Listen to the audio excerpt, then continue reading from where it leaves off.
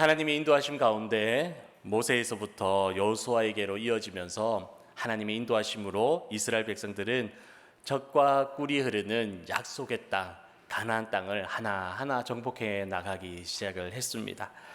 그로 인해서 영토도 넓어졌고 이제 군사력도 제법 강해졌습니다.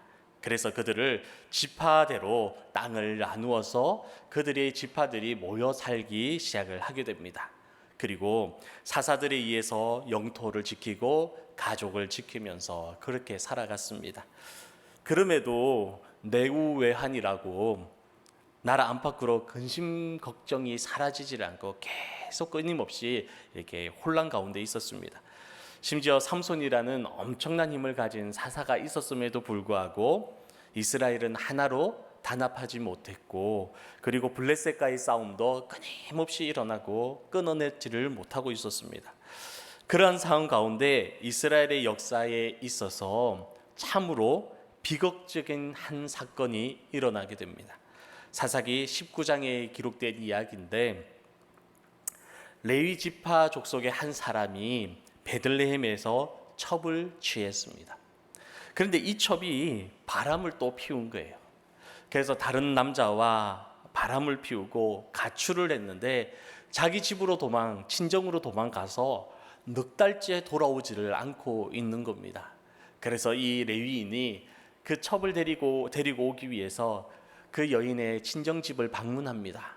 방문해서 어르고 달래서 이제 집으로 가자 해서 드디어 이제 집으로 가는 길에 들어서게 되는 겁니다. 그런데 집으로 가는 길에 해가 설설 넘어가고 어둑어둑한 밤이 되어 갑니다. 그래서 머물 곳을 찾는데 어디로 가느냐? 기브아라고 하는 베냐민 지파의 한 동네에 이르게 됩니다. 자, 그런데 해는 지어져 가는데 어두워져 가는데 아무도 이 사람들을 맞아주는 곳이 없는 거예요. 하룻밤만 머물고자 청해도 아무도 허락해 주는 집이 한 군데도 없습니다.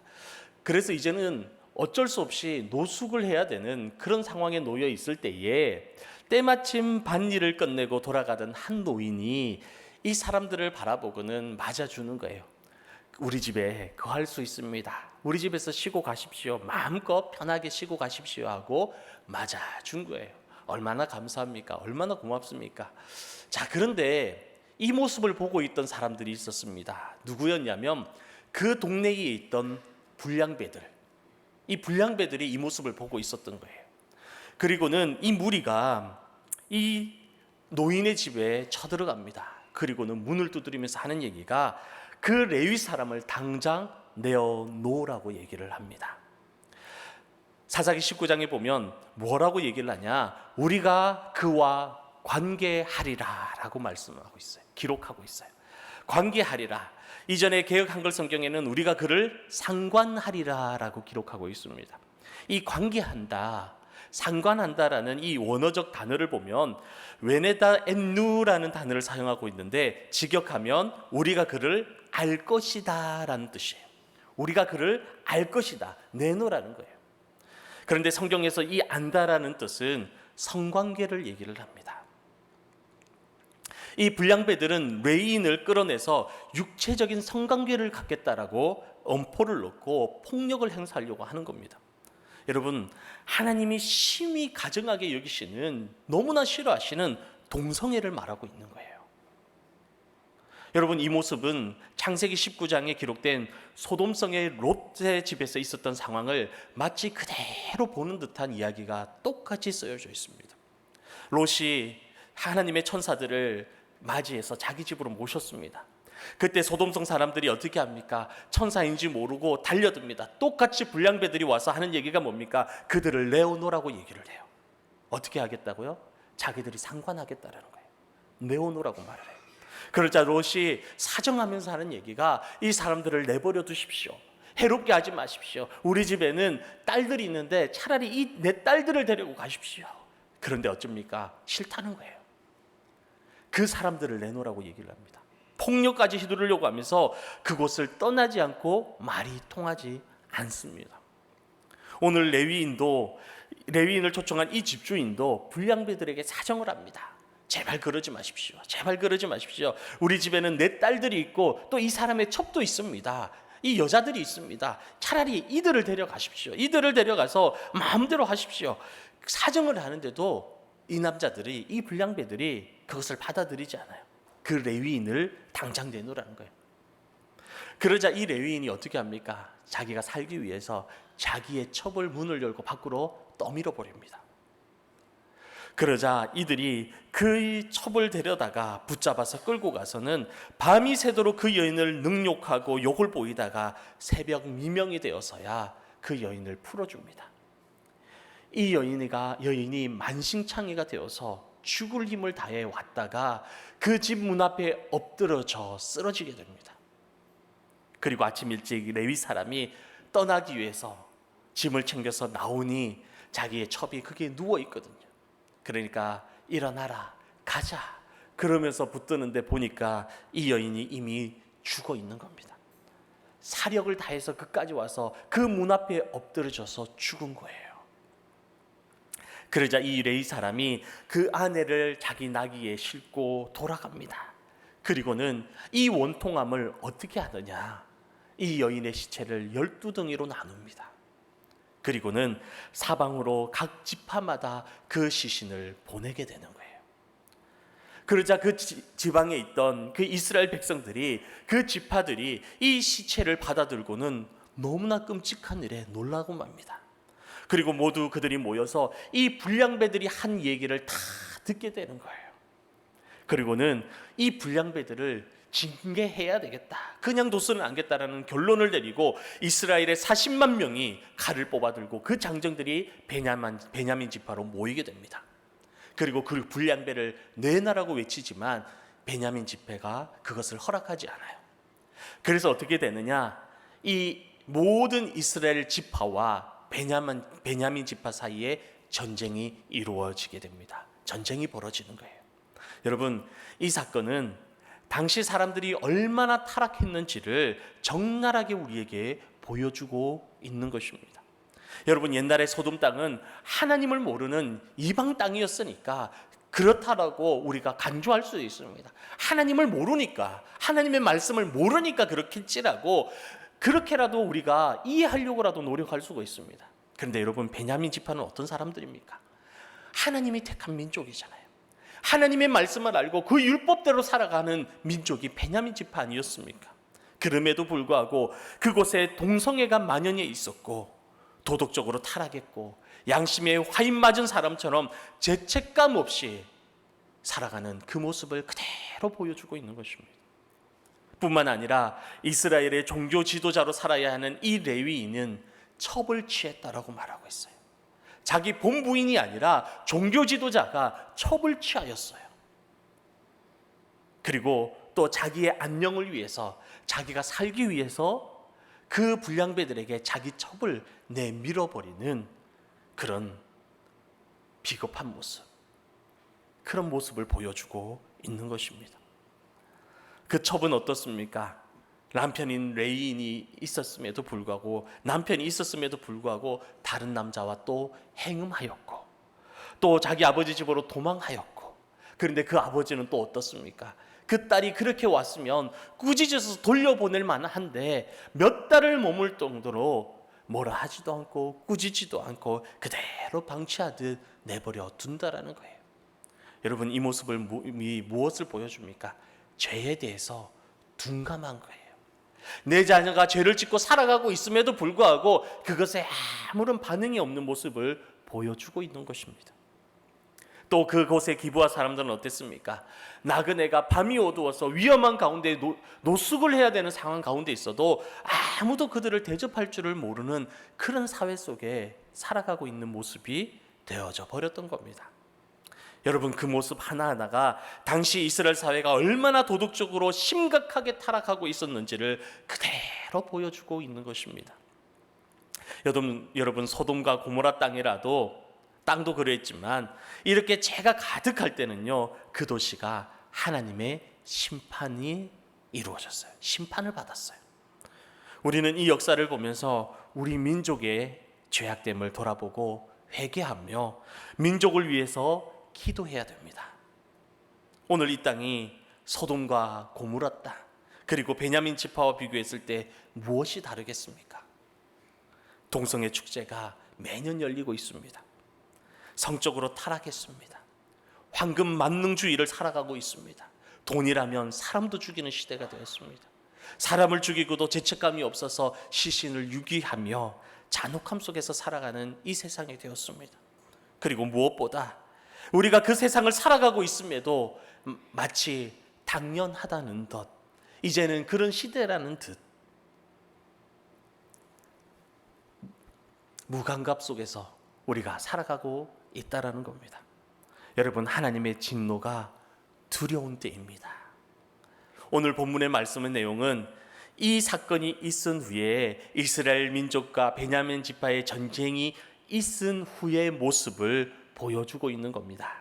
2절과 3절을 보면 이스라엘 백성들이 하나님 앞에서 울면서 큰 소리로 외치고 있습니다. 이스라엘의 하나님 여호와여, 어찌하여 이스라엘에 이런 일이 생겨서 오늘 이스라엘 중에 한 지파가 없어지게 하시나이까? 없어지게 하시나이까? 여러분, 이스라엘 모든 지파가 죄를 범하는 자들을 처벌하고 그 지파를 벌 주는 것으로 정의를 세웠습니다. 그리고 만족할 수도 있었습니다. 그런데 이 이스라엘 백성들은 멸절 위기에 처한 베냐민 지파를 바라보면서 슬픔 가운데 큰 소리로 울며 하나님께 기도하고 있는 겁니다. 여러분, 왜 이스라엘 백성들은 악한 행실을 저지른 그 자를 벌하고 죄악 가운데 가득했던 그 베냐민 지파를 벌하였음에도 불구하고 이렇게 가슴 아파하며 하나님 앞에 울부짖고 있을까요? 통곡하면서 승리를 거두었음에도 불구하고 왜 눈물을 흘리며 하나님 앞에 서 있는 걸까요? 왜냐하면 이들은 다 피를 나눈 같은 형제 자매이기 때문에 그렇습니다. 같은 민족끼리 싸움이었기 때문에 이긴 쪽이나 패한 쪽이나 모두가 상처만 가득한 그런 전쟁이었어요. 이겼다고 기뻐할 수 있는 상황이 아니었다라는 겁니다.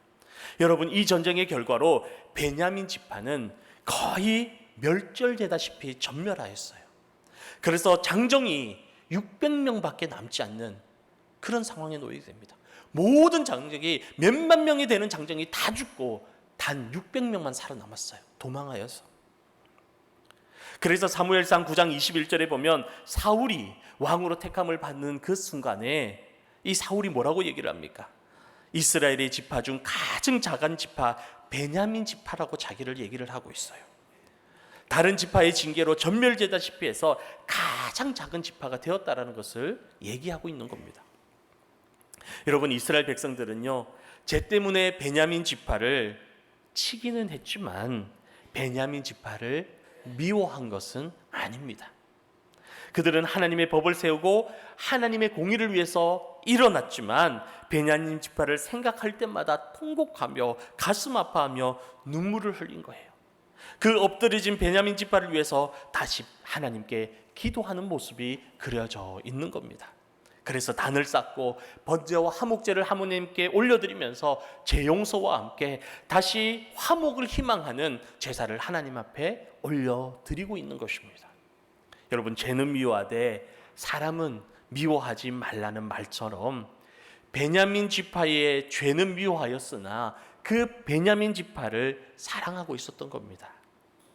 사랑하는 성도 여러분, 이스라엘이 그 많은 역사적 아픔 속에서도 그 민족이 끊어지지 않고 그 지파들이 오늘날까지 살아남을 수 있었던 것은 바로 형제 사랑에 있었다고 해도 과언이 아닐 것입니다. 누가복음 10장에 보면 선한 사마리아인의 비유가 나오고 있습니다. 당대의 지성인이라고 할 수 있는 율법사가 예수님을 찾아옵니다. 그리고 예수님께 질문을 던집니다. 예수님, 영생의 문제를 어떻게 생각하십니까? 이 영생의 문제에 대해서 질문을 던집니다. 영생의 문제, 영원히 사는 문제, 구원의 문제예요. 그러자 예수님이 율법사에게 이렇게 얘기를 합니다. 그래, 율법에는 무엇이라고 기록되어 있느냐? 그러자 율법사가 대답하기를, 율법에는 내 마음을 다하고 목숨을 다하고 힘을 다하고 뜻을 다하여 주 너의 하나님을 사랑하고 또한 내 이웃을 내 몸과 같이 사랑하라, 그렇게 쓰여 있습니다 라고 기록되어 있어요. 그러자 예수님께서 한마디로 말씀하십니다. 그래, 가서 이렇게 행해라, 그렇게 살아라 라고 말씀하시는 거예요. 그러자 율법사가 자신을 좀 더 옳게 보이려고 예수님께 한 가지 질문을 더 합니다. 그러면 예수님, 내 이웃이 누구입니까? 과연 여기서 내가 사랑해야 되는 이웃은 누구입니까? 라고 질문을 던져요.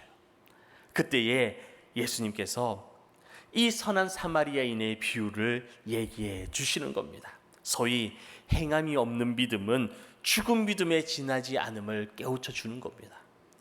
여러분, 선한 사마리아인의 비유가 어떤 비유입니까? 예루살렘에서 여리고로 가던 어떤 사람이 강도를 만났어요. 그래서 길바닥에 쓰러져 온몸이 벗겨진 채로 모든 것을 다 잊고 죽어가고 있었어요. 그때 그 사람 곁을 지나가던 세 사람에 대한 이야기가 나옵니다. 첫 번째 지나가는 사람은 제사장이었어요. 근데 제사장은 이 모습을 보고도 모른 척 그를 피해서 돌아갑니다. 그리고 두 번째 지나가는 사람은 레위인이었습니다. 레위인도 그 사람을 보더니 모른 척 피해서 돌아갔다라는 겁니다. 물론 이 두 사람은 종교적인 이유로 자신을 지켜야 되는 사람이었어요. 더러운 것, 부정한 것을 만지면 안 됩니다. 혹시나 죽은 사람을 만지거나 그 상황 가운데 자기가 그들에게 손을 대면 종교적인 이유로 부정해져서 제사를 드릴 수가 없어요. 그래서 자신을 지키기 위해서 그를 피해 갔을 수도 있습니다. 그런데 그들이 그러면서 놓친 게 하나가 있다라는 거예요. 그게 뭐냐? 바로 하나님의 진정한 뜻을 놓쳤어요. 하나님의 진정한 마음을 놓치고 있다라는 것입니다. 여러분, 하나님의 마음은요, 제사를 못 드리는 한이 있어도 그 생명을 구원하는 거예요. 내가 하나님 앞에 부정하게 되어서 제사를 못 드리는 한이 있어도 그 생명을 돕고 살리는 것이 하나님의 뜻이라는 것입니다. 하나님의 마음이라는 거예요. 그래서 하나님께서 정결법을 주시고 제사 제도를 주신 것도 인간의 생명을 살리기 위해서 주신 거예요. 그래서 바울도 로마서에 뭐라고 말씀하십니까? 너희가 먹는 것 가지고 부정하다, 그렇지 않다 논쟁하지 말고 먹든지 마시든지 다 무엇을 위해 하라고요? 주를 위해서 해라. 너희가 그것이 부정하다, 깨끗하다, 그거 논쟁할 것이 아니라 다 하나님이 주신 것이니 먹든지 마시든지 다 주를 위해서 하라. 그러나 그 먹는 것 때문에, 네가 하는 그 일 때문에 너의 이웃이 시험에 들고 그 마음에 넘어뜨림이 생기면 하지 말라는 거예요. 절제하라는 겁니다. 그 이웃을 위해서, 그 마음을 위해서 내가 다 할 수 있음에도 참고 절제하는 것이 바로 이웃 사랑이라고 우리에게 바울이 말씀하고 있는 것입니다. 자, 그런데 여러분, 오늘 그 사마리아인의 비유에 평소에 유대인들이 멸시하고 무시했던 그 사마리아인은 어떻게 합니까?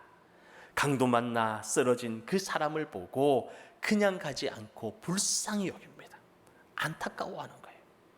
그래서 자신의 돈을 들여가면서 끝까지 그 사람을 보살피고 살려주는 모습을 예수님이 말씀하고 있습니다. 여러분, 이 마음이 바로 하나님의 마음이라는 거예요. 이 마음이 바로 진정한 사랑의 출발이라는 것을 예수님이 우리에게 말씀하고 계신 것입니다. 여러분, 선한 사마리아인의 이야기를 들려주시고 예수님께서 다시 율법사에게 묻습니다. 이 세 사람 가운데 강도 만난 사람의 이웃이 누구이냐? 이웃이 누구이냐? 예수님의 이 비유를 다 듣고 난 율법사가 비로소 깨닫게 됩니다. 내 이웃이란 레위 사람도 아니고 제사장도 아니고 서기관도 아니요 바리새인도 아니요 교인도 아니요 부자도 가난한 사람도 아니라 바로 진정한 이웃은 어려운 일을 당했을 때 그 이웃에게 긍휼을 베푸는 사람, 그 이웃을 아픈 마음으로 도와줄 수 있는 사람, 그 사람이 진정한 이웃이라는 사실을 깨닫게 되는 것입니다. 예수님께서 질문한 이 율법사는 율법에 관해서는 아주 박식한 사람이었어요. 하나님 말씀을 너무나 잘 아는 사람이었습니다. 그러나 자신이 알고 있는 그 율법을 실천에 옮기는 일에는 부족했던 사람이었습니다. 여러분, 오늘 말씀을 통해서 나에게 한 가지 질문을 던져보기를 원합니다. 과연 나는 형제 사랑의 모습이 나에게 있는가? 과연 나는 형제를 사랑하는 실천의 모습이 내 속에 있는가? 한번 나에게 질문해 보시기를 바랍니다. 돌아보면 우리도 성경 말씀을 너무나 잘 알고 있는데 그것을 실천에 옮기는 일에는 너무나 부족할 때가 많았음을 돌아보게 됩니다. 이런 이유로 저런 이유로 실천에 옮기는 것은 너무나 부족했던 거예요. 김수환 추기경이 쓴 책에 보면 이런 이야기가 소개되어 있습니다. 어느 현자가 제자들에게 묻습니다. 새날이 밝아왔음을 어떻게 알 수 있을까? 새날이 밝아왔음을 어떻게 알 수 있느냐? 그러자 한 제자가 말합니다. 스승님, 창문이 푸르스름하게 밝아오는 것을 보면 새날이 되었음을 알 수 있습니다. 자신 있게 얘기했어요. 그러자 스승이 고개를 저었어요. 아니라는 겁니다. 그러자 다른 제자가 또 얘기를 합니다. 스승님, 창문을 열고 밖을 바라봤을 때 사물이 눈에 들어오면 새날이 밝은 것입니다. 라고 얘기를 했어요. 그러자 스승이 또 고개를 저었어요. 아니라는 거예요.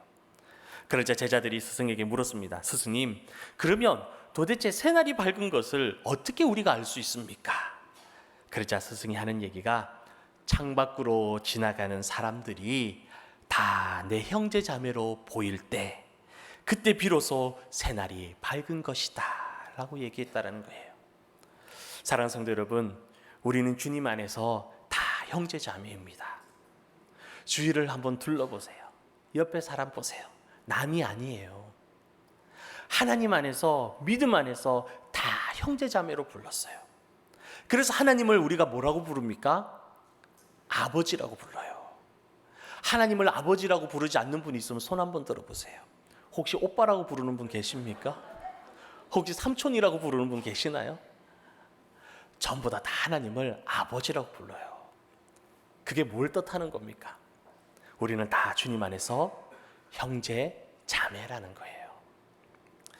오늘 말씀은 진정한 형제 자매는 정의를 세우고 공의를 실천하는 것에 만족하는 자가 아니라 그것을 넘어서 하나님의 지식을 넘어서 말씀을 넘어서 사랑을 실천하는 자임을 보여주고 있는 것입니다. 여러분, 이번 7월 우리 교회의 표어가 뭐냐면 지역사회와 함께하는 교회입니다. 우리 모두가 우리 지역에 죽어가고 멸절되어 가고 있는 그 안타까운 이웃을 바라보시면서 그 영혼을 바라보면서 가슴 아파하고 안타까워할 수 있는 영일만의 모든 성도 되시기를 주님의 이름으로 축복합니다. 가만히 보시면 모두가 다 형제 자매예요. 우리 교회에 있는 사람뿐만이 아니라 밖에 있는 나의 이웃도 다 주님 안에서 형제 자매예요. 다만 그것을 깨닫지 못하고 주님 앞에 나오지 못하고 있을 뿐이라는 것입니다. 그들을 위하여 기도하며 복음을 전하는 축복의 통로가 되시기를 주님의 이름으로 축원합니다.